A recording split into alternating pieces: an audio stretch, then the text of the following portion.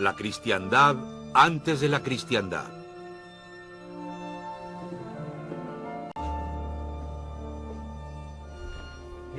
Aquí estamos, en el segundo siglo de la cristiandad.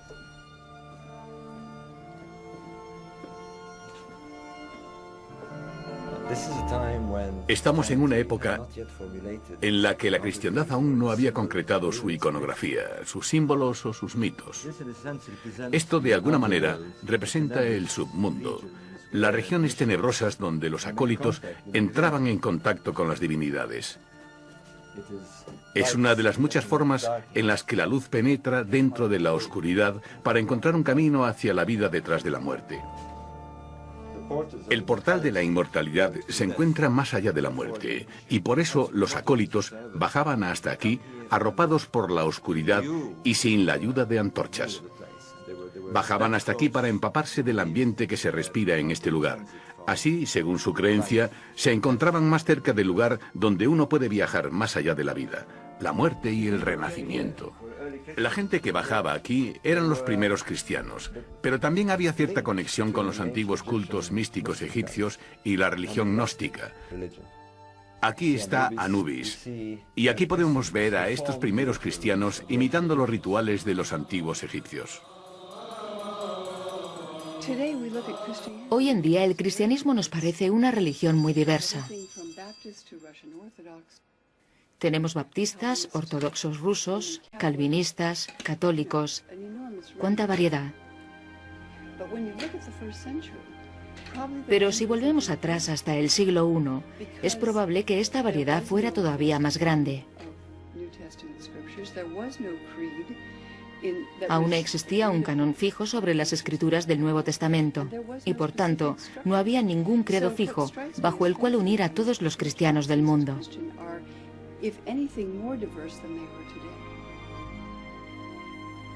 Sabemos que los seguidores de Jesús leían muchos tipos de evangelios. Los leían, los escribían y además también prestaban atención a otro tipo de escritos, epístolas, poemas, himnos y todo ese tipo de cosas. Los cristianos contemplan los comienzos de su fe con cierta nostalgia. Piensan en una época en la que las palabras de Jesús y sus apóstoles aún eran recientes, cuando solo había un único credo y ningún tipo de diferenciación sobre los contenidos de este. Pero con el paso del tiempo han emergido ciertos documentos que ofrecen una nueva perspectiva sobre la cristiandad incipiente. Si la Iglesia de hoy en día venera a Jesús como el único Hijo de Dios, aquel que murió para redimir nuestros pecados, parece ser que los primeros seguidores de Jesús practicaban una religión completamente distinta. Los cristianos judaicos no dicen nada sobre el valor del sacrificio de Cristo en la cruz. Creían que Jesús era un iluminado, un maestro.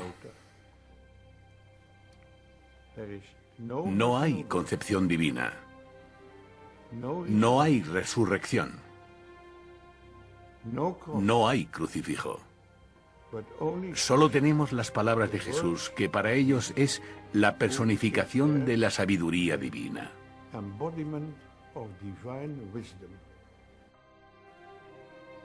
Jesús de Nazaret, hombre o mito. Al parecer, aquellos que le acompañaron en sus viajes no le veían como el único Hijo del Señor. Todos sus compañeros murieron en el holocausto que tuvo lugar tras la insurrección judía en contra de los romanos. ¿Es posible que los evangelios bíblicos estén gravemente equivocados?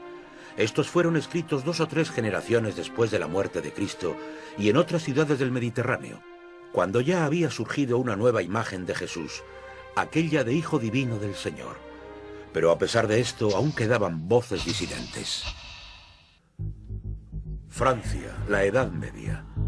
Durante muy poco tiempo y por última vez en la historia, un credo distinto se atreve a enfrentarse directamente a la cristiandad y a su visión de Jesús. Estas personas son a ojos de la Iglesia heréticos, calaña irredimible. Durante décadas, la Iglesia desata toda su furia en contra de estos cristianos gnósticos. Los ejércitos de las cruzadas aniquilan a todos los disidentes que encuentran en su camino y se crea la Inquisición para acabar con cualquier futuro resurgimiento de, tal y como se denominan a sí mismos, los cátaros, los purificados, los puros. Ahora, muchos siglos más tarde, la gente empieza a interesarse por la historia de los cátaros y mucha gente visita los lugares donde fueron torturados. Los cátaros no fueron los precedentes de la Reforma. No eran herejes de la fe católica. Se trataba de una fe totalmente distinta que tenía sus orígenes en los albores de la cristiandad y en otras tradiciones anteriores a esta. Tiempos en los que el hombre experimentaba la realidad como un mundo lleno de sombras. Un mundo en el que se le daba la espalda a la realidad. Un mundo real. El hombre, atado e incapaz de dar la vuelta mientras cree que las sombras proyectadas sobre el muro son la realidad. Sombras que tan solo son el reflejo del mundo real que pasa por detrás de él. Esta es la descripción que Platón, el filósofo griego, hacía del hombre. Los acólitos de las antiguas religiones místicas eran capaces de deshacerse de las ataduras que les mantenían atrapados para encontrar la gnosis, una sabiduría del corazón, una revelación secreta capaz de transformar al hombre y hacerle entrar en contacto con el verdadero mundo espiritual. Estos eran los gnósticos. Pero los estudiosos de hoy en día ven una búsqueda muy similar dentro de las palabras de Pablo, uno de los primeros cristianos. Sus obras, escritas antes que los evangelios, hablan sobre encontrar a Cristo dentro de uno mismo. Los pergaminos de Nag Hammadi, hallados en Egipto hace unos 60 años, cuentan una historia muy similar. Los escritos de Nag Hammadi son incluso más importantes que los pergaminos del Mar Muerto, ya que arrojan nueva luz sobre la historia de la cristiandad, de Jesús y de Dios.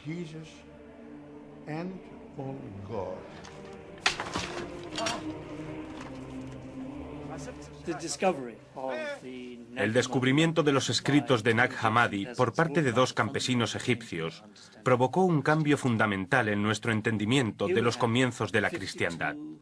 Se trata de 52 manuscritos nuevos que hablan en detalle sobre los principios de la fe. Creemos que tuvieron algo que ver con un monasterio cristiano egipcio que fueron enterrados para evitar las quemas de libros que tuvieron lugar allá por el siglo IV.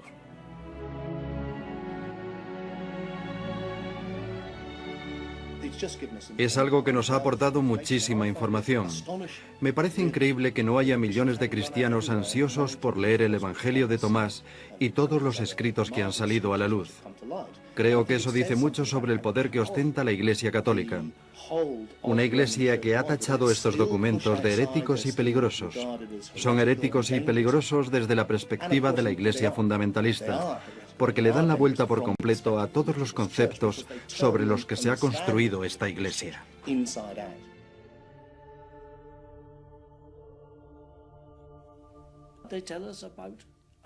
Nos hablan de toda una variedad de maneras válidas para hallar la salvación, ya sea a través de la contemplación, expandiendo la chispa divina que hay encerrada dentro de todos nosotros, comunicándonos con Dios buscando dentro de nosotros mismos.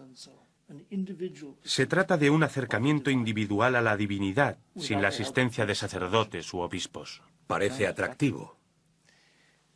El gnosticismo es algo muy atractivo. Creo que es particularmente atractivo para la mentalidad moderna, ya que propone una religión para el individuo, no una religión mediada por una iglesia. Todo esto es esencial porque se trata de algo que los humanos han buscado siempre, que siempre han deseado. Todos queremos encontrar la divinidad dentro de nosotros mismos, pero eso es a la vez demasiado simple y demasiado complicado. Es como bañarte con miles de burbujas y que las burbujas se te metan en los ojos. Te sientes cegado, te sientes confuso, pero a la vez también te sientes más limpio.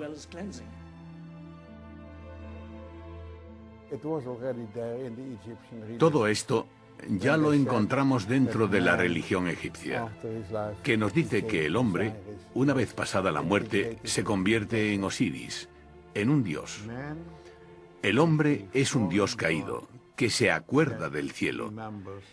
Es el concepto básico de todos los misterios de la antigüedad. Los mitos de Isis, de Mitra, de Adonis, todo. El mensaje preponderante de los gnósticos es que todos hemos nacido con una luz divina en nuestro interior. Y buscar esa luz divina y expandirla es el deber de todo creyente. Que la única forma de entrar en contacto con Dios es mirando dentro de nosotros mismos. ¿Qué es gnosis? Gnosis significa conocimiento propio. ¿Qué tipo de conocimiento?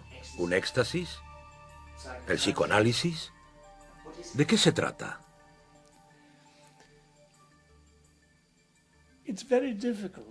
Me es particularmente difícil poder dar con una explicación satisfactoria de lo que es el conocimiento propio y cómo encontrarlo.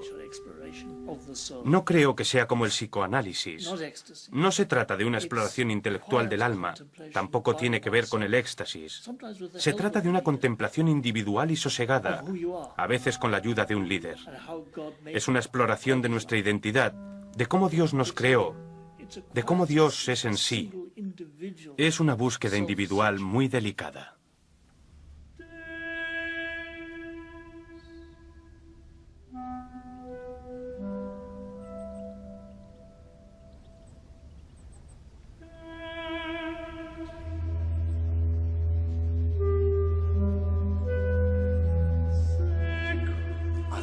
Creo que la idea preponderante que encontramos dentro de las distintas tradiciones gnósticas y místicas es que tenemos ideas muy concretas sobre el significado de esta vida y sobre quiénes somos. Al descender a un entorno como este nos sentimos algo desorientados. Aquí tenemos que enfrentarnos a lo que seguramente se trate del mayor misterio de todos, la muerte. La idea de que algún día dejaremos de existir como formas físicas. Esto nos hace abandonar las viejas ideas para encontrarnos de frente con el misterio absoluto del que todo emerge, el misterio de quienes somos, el misterio eterno. Pero, ¿por qué lo buscaban en la oscuridad de estos pasadizos? Creo que es un buen lugar para aproximarse a la experiencia mística con toda la oscuridad y la luz de las velas y el eco de estas galerías. Todo esto sirve para acercarnos a ese estado místico.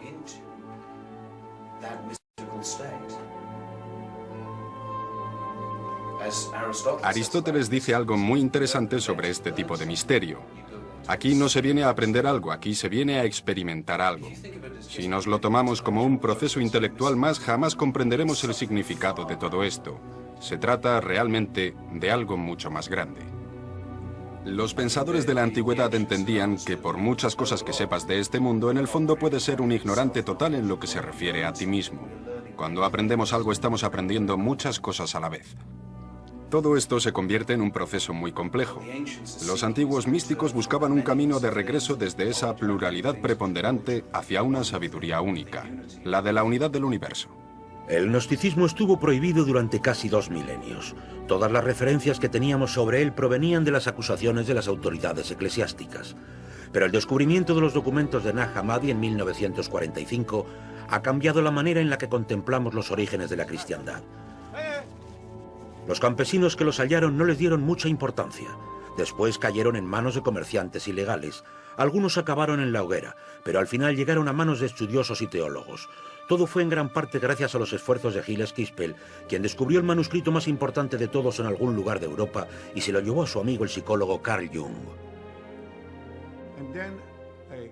Y entonces viajé hasta Egipto, hasta El Cairo, y llegué a un acuerdo con el director de esta institución en esta misma sala. Me dijo muy claramente que ninguno de los códices saldría a la luz hasta que les devolviera el códice que tenía Jung, para que éste formara parte de la colección del Museo Cóptico de El Cairo.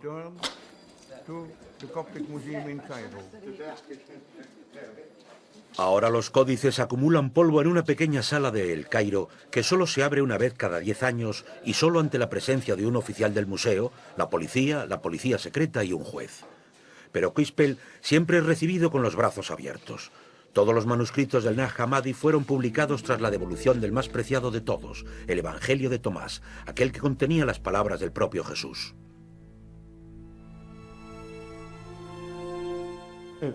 Comienza con estas palabras. Estas son las palabras que Jesús, el vivo, pronunció y que Dídimo Judas Tomás escribió. Y Jesús dijo, aquel que vislumbre el significado de estas palabras, jamás saboreará la muerte. ¿Quién era Dídimo Tomás? Dídimo Judas Tomás, que significa Judas el gemelo, fue uno de los hermanos de Jesús. La religión cristiana nos ha enseñado que Tomás fue el apóstol incapaz de creer que Jesús, tras su muerte, resucitó en carne y hueso como un cuerpo físico lleno de heridas y estigmas. Tomás, el que dudaba, del que ahora se cuenta que era el discípulo más fiel de su maestro. ¿Aquel que mejor supo entender a su hermano? Pues según el Evangelio de Tomás, sí. Se sobreentiende que no era literalmente el hermano gemelo de Jesús, pero que toda persona que leyera su Evangelio entendería que cualquiera puede llegar a verse a sí mismo como el hermano gemelo de Jesús. Ya que se ha dicho que tú eres mi gemelo y un verdadero compañero, contémplate a ti mismo.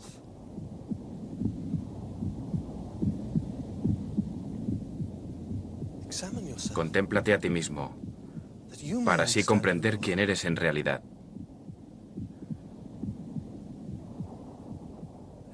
Y serás conocido como aquel que se conoce a sí mismo, ya que cualquiera incapaz de conocerse a sí mismo jamás conocerá nada. Pero aquel que se haya conocido a sí mismo obtendrá simultáneamente toda la sabiduría que hay en el universo. Aquello que hay dentro de ti salvará, pero solo si eres capaz de extraerlo de tu interior.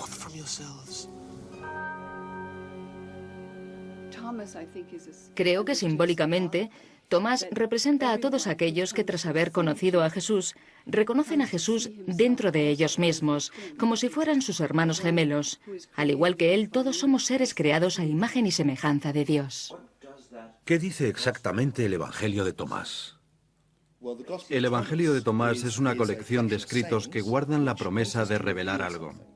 Lo que se supone que revelan es aquello que ningún oído puede escuchar, que ningún ojo puede ver, lo que ninguno puede palpar y todo lo que la mente humana es incapaz de comprender. Pues cuenta básicamente que se trata de ti. Tú eres aquello que no puedes escuchar o ver, tu esencia, la conciencia. Pero que se trata de un concepto básico para entender las bases sobre las que está formada la cristiandad realmente. El paganismo sirve para llegar a la conclusión de que todo se trata de un viaje hacia el conocimiento propio. Expresaba el gran mandato que el dios Apolo entregó a los paganos del oráculo de Delfos. La búsqueda de la gnosis, la sabiduría dentro de uno mismo. Esta búsqueda era la misma para los primeros cristianos. Todos están buscando la parte de nosotros mismos que es incapaz de morir. No es que nos vayan a regalar algo que ya tenemos, es sobre el descubrimiento de que ya somos inmortales, porque nuestra esencia no está en el cuerpo. Al descubrir quién eres realmente, también descubres la sabiduría, descubres la divinidad y descubres el conocimiento que hay dentro de ti. En apariencia somos cuerpos, pero en realidad somos conciencias. Esta conciencia es testigo del nacimiento, es testigo de la muerte durante infinitud de veces, porque los gnósticos, incluyendo los gnósticos cristianos, creían en la reencarnación. Todo este proceso era un poco parecido a despertarse para después volver a dormir. Se supone que estamos dentro de un ciclo de cuerpos distintos que van y vienen, pero nosotros jamás somos el cuerpo en sí. Siempre hemos sido la conciencia que ha sido testigo de todo esto. Todos los seres humanos somos imágenes, aunque la palabra que ellos utilizan es eidelon. Somos la imagen del Espíritu Eterno. ¿Un reflejo de la divinidad? No tanto un reflejo, sino más bien la divinidad que adquiere conciencia de sí misma, se hace consciente. Los gnósticos se refieren al Padre como la oscuridad cegadora. ¿Qué es la luz sin nada que la refleje? Es oscuridad. Por tanto, la luz en sí también es oscuridad. Por eso utilizan el término oscuridad cegadora. Las posibilidades son infinitas. Solo hay luz, solo hay conciencia, sin nada de lo que ser consciente. Cuando esta infinitud crea algo con lo que ser consciente, o algo sobre lo que reflejarse, tal y como hace la luz, nace todo el universo. Esta conciencia única que es Dios se expresa a sí misma a través de todos los seres conscientes, y por tanto todos somos imágenes, eidelons, de la conciencia única que es el universo, que lo es todo, que es Dios.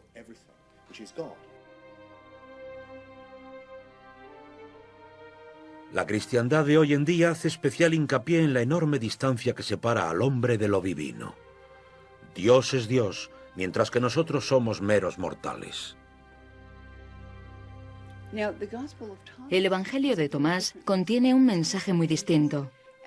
Habla de Jesús, el Hijo de Dios, pero también se refiere al resto de la humanidad como los hijos de Dios, aunque puede que estos ni siquiera sean conscientes de ello, ya que no son conscientes de haber sido creados a imagen de Dios. La luz divina que nació antes de la creación del universo, cuando Dios dijo que se haga la luz, fue la imagen sobre la que se creó la humanidad, y dentro del Evangelio de Tomás, Jesús habla como la voz de esa luz. Soy yo. Yo soy la luz que está por encima de todo. Yo soy el todo.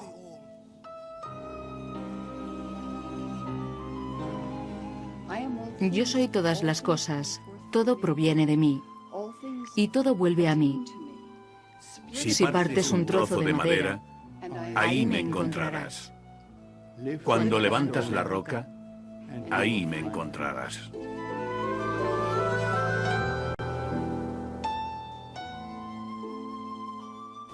¿Por qué le tiene la Iglesia tantísimo temor a esas palabras del Evangelio de Tomás? Mira por debajo de cualquier roca y me encontrarás. Porque es una declaración panteísta. Implica que la divinidad está en todas partes y dentro de todas las cosas. La cristiandad que ha prevalecido ha impuesto una serie de dictados que rigen cualquier iglesia. Para llegar a Dios primero tienes que pasar a través del obispo. Cualquiera que quiera construir una iglesia tiene que decir que la salvación solo es posible a través de y con la ayuda de la iglesia o el representante de Dios en la tierra, el Papa. Y esa es la única manera. Mientras tanto, los gnósticos nos vienen a decir, tiene que ver con lo que puedas hacer tú ahora mismo. Esta es la gran revelación que traen los gnósticos, que tu esencia, por su propia naturaleza, es inmortal. Los gnósticos eran auténticos anarquistas, eran pensadores libres, eran libertinos, no obedecían las reglas. Su gran héroe Jesús se ve representado dentro de sus relatos como un libertino que se pasa el día rodeado de la peor calaña. Jesús rompe las reglas, pisotea las tradiciones del sábado y se pasa el día atacando y discutiendo con todas las autoridades religiosas. Es la viva representación del gnosticismo, y sus seguidores eran muy parecidos a él. Los gnósticos no le tenían demasiado cariño a las reglas establecidas. Estaban bastante más preocupados por el conocimiento interior, por quiénes somos realmente. En el Evangelio de Tomás el mensaje es mucho más importante que el mensajero. Es una idea que se remonta más allá de los evangelios de la Biblia. Igual que un hombre, quien durante mucho tiempo ha sido visto como uno de los padres de la Iglesia moderna, pero que ahora comenzamos a apreciar de una manera muy diferente, Pablo. Pablo es un gnóstico, habla del Cristo que está dentro de nosotros, habla de la inmortalidad y del misterio, habla de todo esto porque precede al literalismo. La concepción histórica de Pablo está muy equivocada. En su época no había una división entre gnosticismo o literalismo, porque el literalismo aún no había sido creado. Sencillamente no existía en esa época.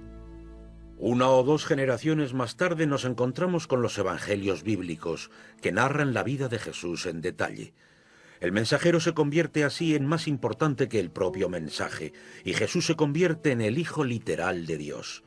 Pero antes de que eso ocurriera, Pablo, antes de todos los siglos de adaptaciones e inserciones posteriores, nos habla de Jesús como un misterio, una metáfora y una voz interior. Los cristianos gnósticos creían que Pablo era su maestro. El padre de la Iglesia tertuliana, que detestaba a los gnósticos, llamaba a Pablo el apóstol de los heréticos. Creía que los heréticos adoraban a Pablo, que todos se referían a su evangelio y que celebraban su palabra. Todo esto se debe al misterio y la profundidad de sus enseñanzas. De ser así, la ideología de Pablo estaba basada en una serie de ideas que se desarrollaron en este lugar. Estamos en lo que fue la entrada en Egipto, y quizás la ciudad más importante de la antigüedad, un cruce de caminos entre Asia, África y Europa, la ciudad de Alejandro. Alejandría por aquel entonces era la segunda ciudad más grande de Occidente. Ahí se originó el gnosticismo. En la ciudad había egipcios, griegos y una mayor cantidad de judíos que vivían tanto en Judea como en Galilea.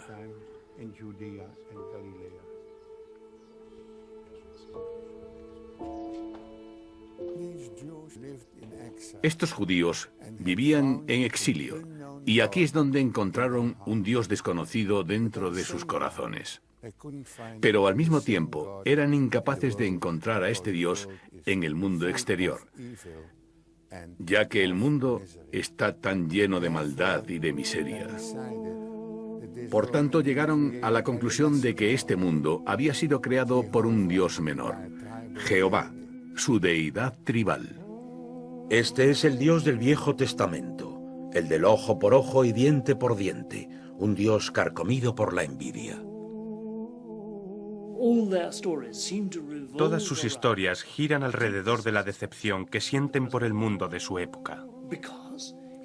Creían que había sido creado por un Dios inferior, ya que ¿cómo sería capaz un Dios perfecto de haber creado semejante hecatombe? En sus historias se menciona constantemente que este mundo es un error. Nos dicen que fue creado porque Sofía, la sabiduría, la hija más joven del Dios real, se enamoró locamente de su padre. Incitada por la frustración que le provocaba este amor ilícito, Sofía se impregnó, se embarazó a sí misma. Al darse cuenta de que el hijo que acarreaba era deforme, abortó.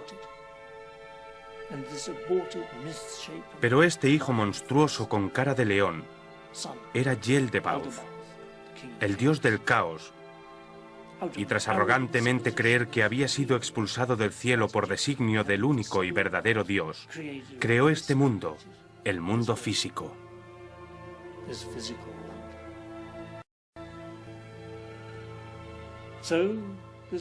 Por tanto, este mundo es fruto de la pasión ilícita y el sufrimiento. Es la obra de Yel-de-Bauth, a quien los judíos y cristianos equivocadamente veneran como si se tratase del Dios verdadero. Este Dios aprisiona al hombre dentro de la materia, envolvió su alma divina y eterna en un cuerpo mortal. Al crear este mundo físico, también creó su imagen al hombre, siempre esclavo de la materia y obsesionado por acumular cada vez más.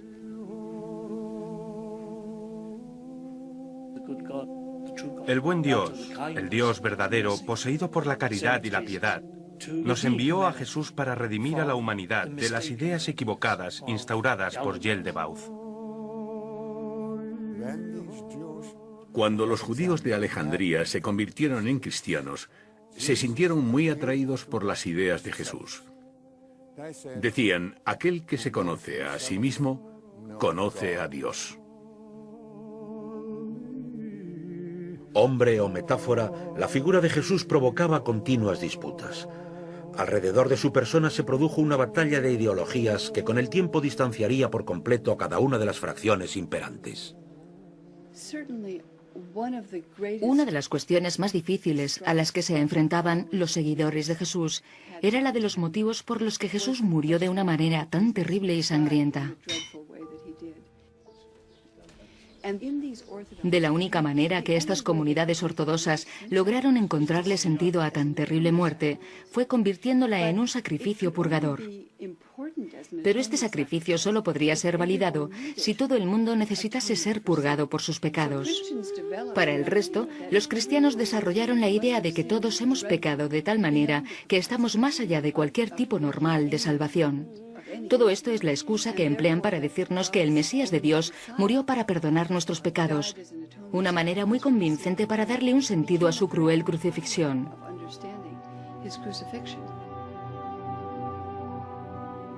Esta convicción introdujo un elemento crucial dentro de la relación entre el hombre y la divinidad, el pecado.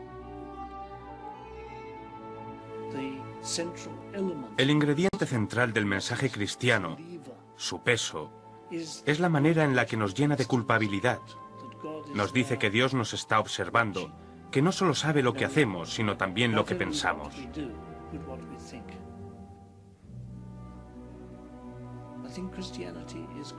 Me parece que la cristiandad es excepcional al recordarnos constantemente que Dios, el omnipresente, observa y castiga a los creyentes por pensamientos impropios, por los pecados de la mente.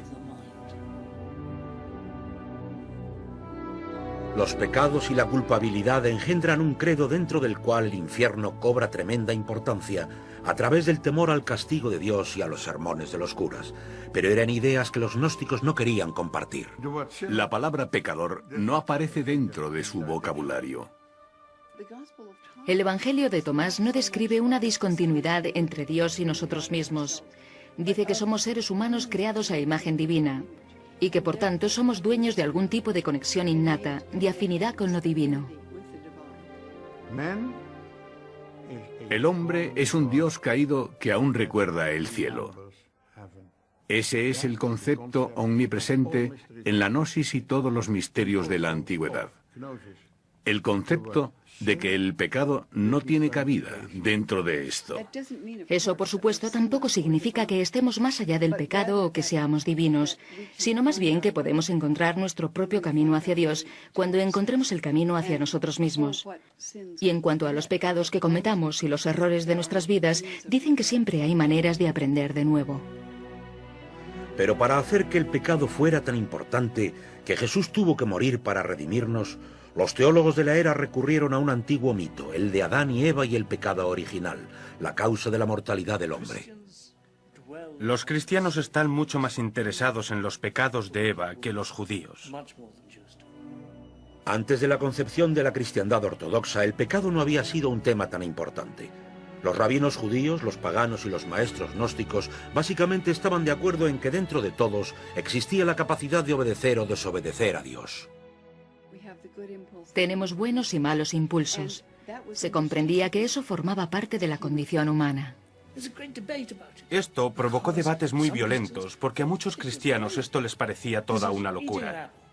Sencillamente había comido una manzana, una pequeña desobediencia, y tras esto, todos los cristianos del mundo están condenados por Dios durante toda la eternidad, condenados a vivir una existencia inferior en vez de vivir en el paraíso. Jesús el iluminador, la voz, el símbolo de la divinidad.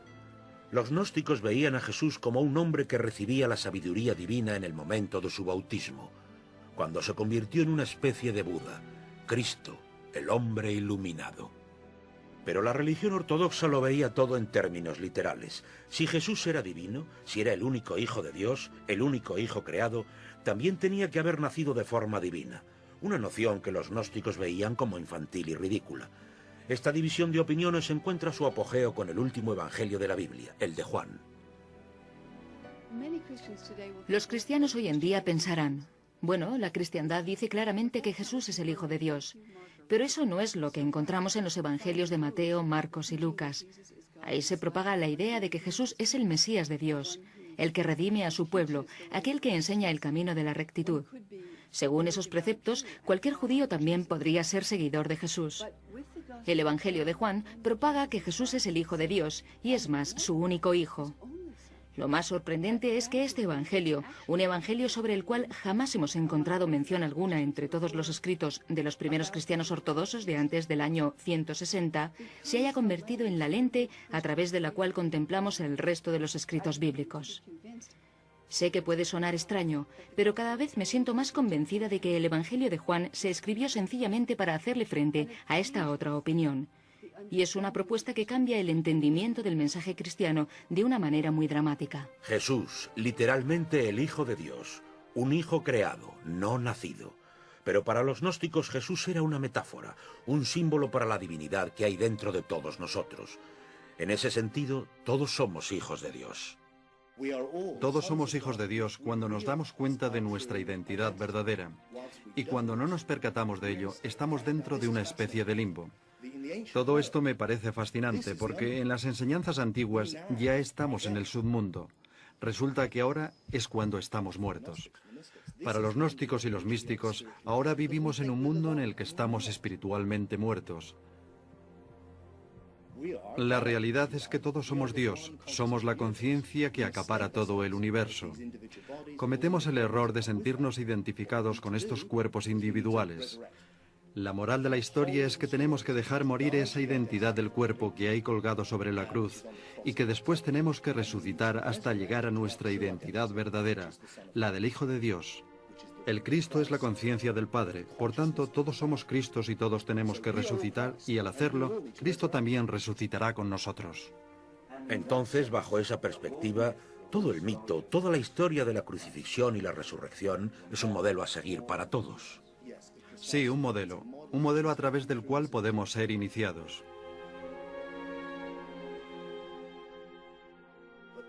Las diferencias están muy marcadas.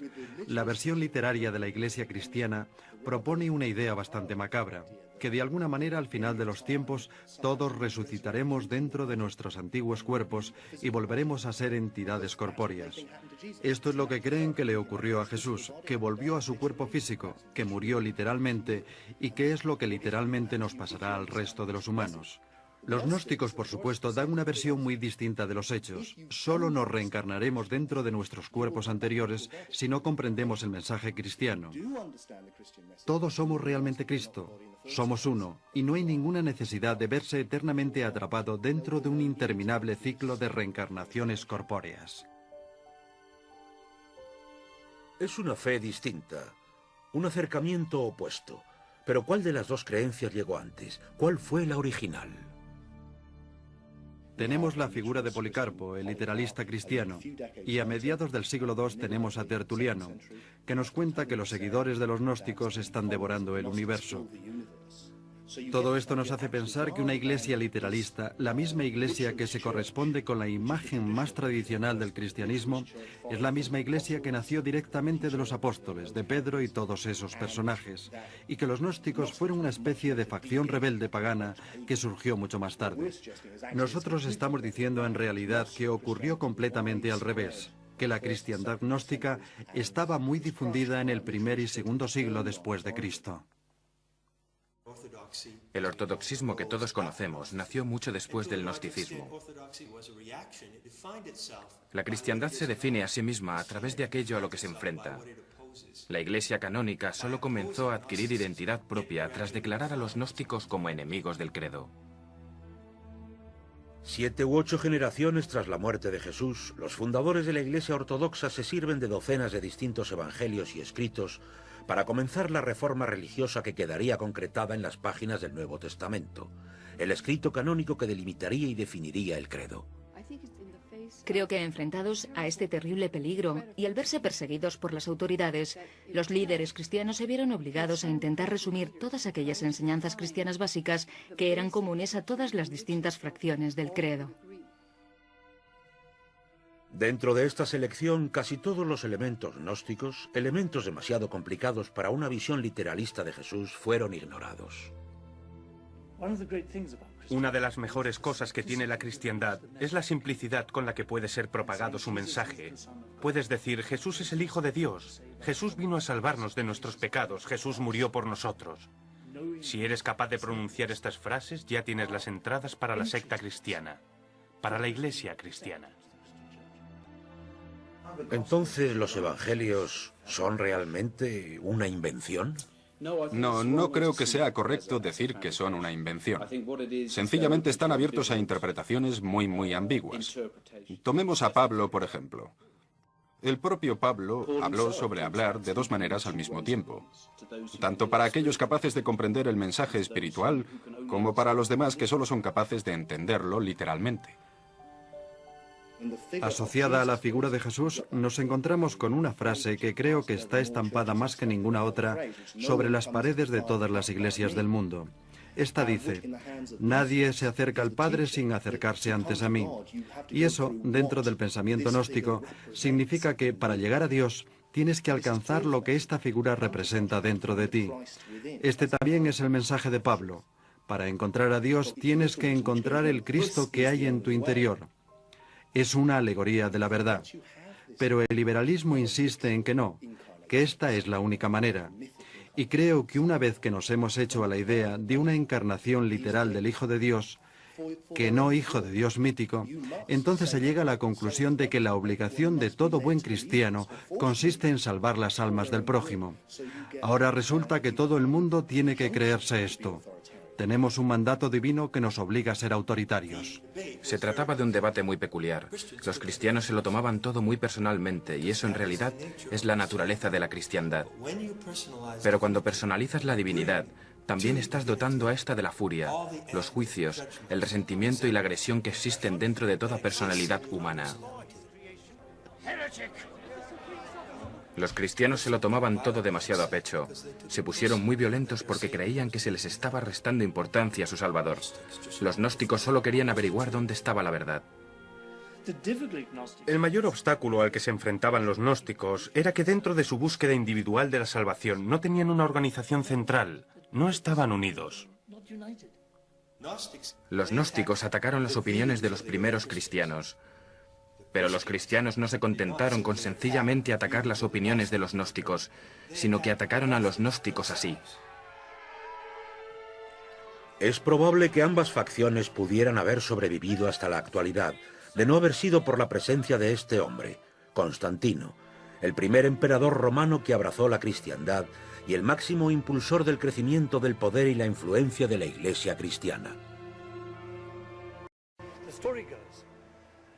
La historia dice que Constantino tuvo una visión, un sueño en el que vio un crucifijo flotando en el cielo. Constantino estaba convencido de que si se convertía en cristiano y utilizaba este emblema para sus tropas, ganaría la batalla contra el emperador pagano que era rival. Aquí, en el puente de Milvian, fue donde se libró la batalla definitiva que serviría para imponer el cristianismo, la religión preponderante de la época.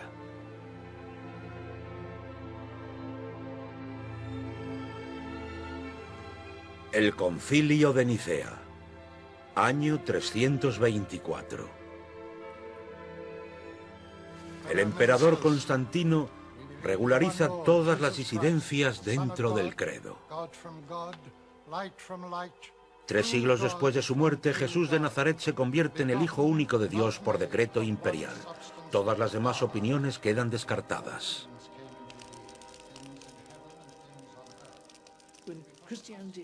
Cuando la cristiandad se alía con el Estado para crear un monopolio religioso, el credo sufre un cambio radical. El cambio para algunos puede parecer todo un triunfo para la religión, hasta que nos fijamos que, una vez institucionalizada la Iglesia, empieza a cometer los mismos crímenes que ha criticado durante los 300 primeros años de su existencia, ya que persigue a la gente y mata en nombre de la religión. Se tiene que convertir en una institución jerárquica, opresiva e inevitablemente conservadora. Claro, cualquiera puede defender esta postura argumentando que eso es lo que más le conviene a las masas, que se les obligue a concordar con un credo particular y único. Pero en mi opinión esto está muy lejos de ser la mejor manera de utilizar la religión para el bien común de todos. Uno de los primeros actos de Constantino tras su conversión al cristianismo es la de regalar a la Iglesia de Roma y la Iglesia de San Juan, la catedral de aquel entonces, una enorme cantidad de oro y plata, aparte de 12 estatuas a escala real de los apóstoles y 2 estatuas enormes de Jesús forjadas en plata. En menos de 20 años, tras la conversión de Constantino, las iglesias romanas ya tienen el mismo aspecto que tenían los templos paganos. Esto es solo uno de los ejemplos menores de las riquezas acumuladas por la Iglesia durante el siglo IV. ¿Estamos hablando de una iglesia corrompida? Sí. La Iglesia se ve dividida entre la pobreza y la abstinencia de los monjes y la riqueza de los obispos, pero aún así algunos obispos, los más concienciados, siempre le prestan atención a la caridad y a la virtud. Esto es algo que siempre ha afectado mucho a la Iglesia, que siempre ha creado tensión. Jesús hizo todo tipo de cosas en su vida, pero jamás dejó instrucciones para la creación de una iglesia. Todo esto es una creación posterior diseñada para aumentar el poderío de la Iglesia católica. Me resulta inconcebible que Jesús, un hombre sencillo de Galilea, se propusiera crear una iglesia universal. Un momento.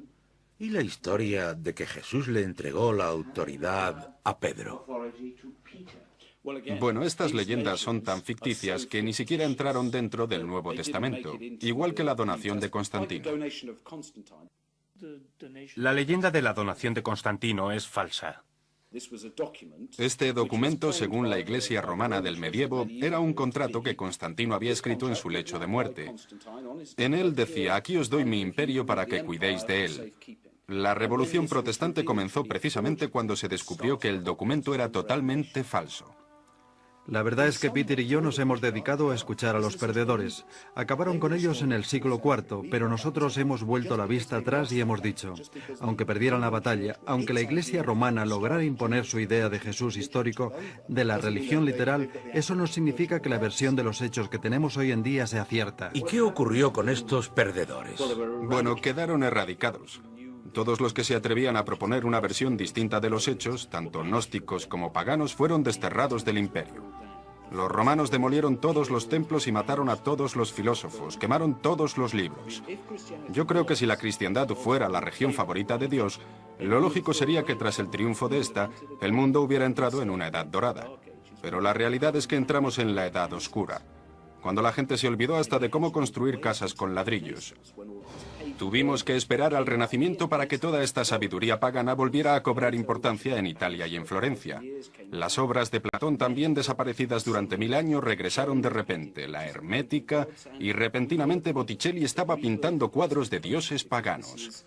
Lo llamamos el Renacimiento de la cultura occidental, porque ese fue el momento en que pudimos mirar atrás para recuperar toda la sabiduría que teníamos antes del triunfo del cristianismo. La recreación de la historia de Jesús era solamente el primer paso dentro de la espiritualidad cristiana, el misterio exterior. El significado real era explicado más tarde, cuando el estudiante estaba espiritualmente preparado por un maestro iluminado. Se impartía una sabiduría mística sobre Dios que iba más allá del dogma. Aunque es cierto que siglos más tarde hubo muchos místicos cristianos que a través de la intuición llegaron a este nivel simbólico más profundo, nosotros como cultura solo nos hemos quedado con los misterios superficiales. Me da la impresión de que nos hemos quedado con la forma, pero que hemos perdido la sustancia. Y ahora las iglesias están cada vez más vacías, mientras que la gente busca respuestas en otro lugar, a menudo en el lejano oriente. Muchos no se dan cuenta de que dentro de nuestro propio pasado existió una tradición que buscaba las mismas respuestas y que se dirigía a personas con inquietudes similares. Hay ciertos padres de la Iglesia, como Irineo, con sus célebres 5 volúmenes, en los que arremete contra los heréticos y tacha a muchos grupos que en principio se veían identificados con el cristianismo como cultos amorales. Todos estos supuestos movimientos heréticos comparten ciertas características especiales.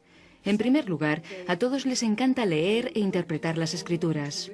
También le da especial importancia a la intuición, las revelaciones y los sueños, ya que ven todo esto como una conexión con la divinidad. En último lugar, siempre están buscando, siempre están abiertos a nuevas ideas y experiencias. Esto también lo encontramos en muchas de las filosofías alternativas de nuestra época. Se trata de un tipo de persona que no se da por satisfecha y que quiere seguir descubriendo cosas nuevas. Pero esta curiosidad innata supuso el fin de una tradición que desapareció durante muchos siglos y que aún hoy en día nos es difícil escrutar.